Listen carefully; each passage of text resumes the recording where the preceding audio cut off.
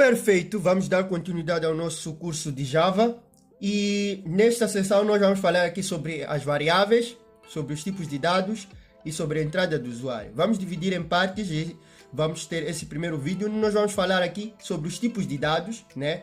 E entender exatamente o que cada coisa é.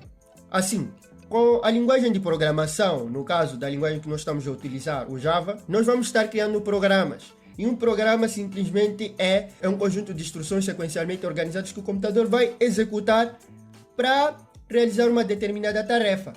Por isso que vai existir, por exemplo, podemos criar um programa que faz o gerenciamento de clientes, um programa que faz o gerenciamento de estoque, gerenciamento de viaturas e etc, etc, etc.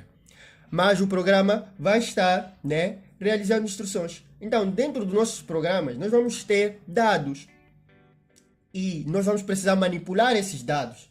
Vamos precisar trabalhar esses dados, organizar esses dados. Nosso programa vai trabalhar com dados. Então, aqui no Java, nós temos alguns tipos primitivos de dados, os essenciais. Posso dizer que no caso são 5 os principais que nós naturalmente, frequentemente vamos utilizar quando nós estivermos construindo nossos programas.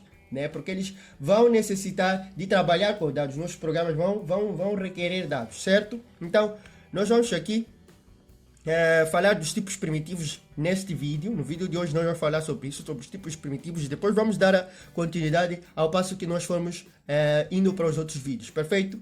Então, nós vamos falar aqui do int, vamos falar do boolean, do double, aliás. Vamos falar do boolean, do char, do string, E vamos entender cada um deles, perfeito? Vamos avançar. Em primeiro lugar, é interessante vocês saberem o seguinte, que dentro do nosso programa nós vamos precisar criar variáveis. As variáveis vão armazenar esses dados. Então, basicamente, uma variável é um contentor, um container de dados. Nesse caso, ele vai conter dados, vai armazenar dados. Então, basicamente, é uma caixa que vai armazenar informações na memória RAM. Então, já é muito interessante você saber que quando você cria uma variável dentro do teu programa, você está a colocar ali um contentor, um espaço na memória, uma caixa que está a armazenar informações na memória RAM. Vocês já sabem, ou deveriam saber, que a memória RAM é aquela memória principal ali da nossa máquina, onde vai estar armazenado. Sempre que o seu programa vai ser executado, ele vai estar lá na memória RAM, porque as informações vão estar lá, etc, etc, ok? Então, dessa forma. Depois nós vamos falar aqui da questão da inicialização e da declaração. Vamos deixar isso por enquanto. Vamos falar aqui dos tipos de dados. É o seguinte, eu falei ali dos que existem 5, Aqui tem 8 tipos primitivos no Java, mas nós vamos nos concentrar nos 5, que são o int, eu vou aqui marcar, aqui o int, ok? Com 4 bytes, nesse caso, quando nós criamos o int no nosso programa, nós estamos abrindo um espaço de 4 bytes, ok? Depois temos o float, que vai ocupar 4 bytes também na nossa memória. Temos o boolean, nós vamos estar utilizando o boolean. E também o char, que vai ocupar 2 bytes.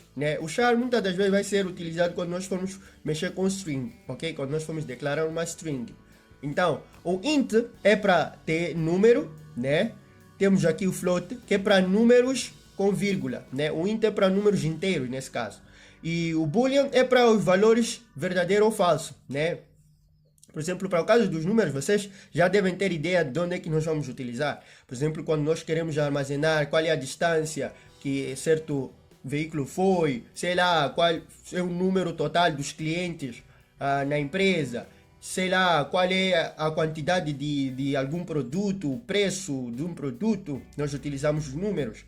E o boolean, no caso, nós vamos utilizar para o caso de uma informação ser verdadeira ou falsa, se algo estar ligado ou desligado, se uma informação é correta ou essa informação ainda não foi validada, se algo já foi disponibilizado ou se algo ainda está indisponível. Nós vamos utilizar o boolean. Depois, para o texto, que vai ser no caso do char, e também do string, que não está mencionado aqui, porque o string não é um tipo primitivo.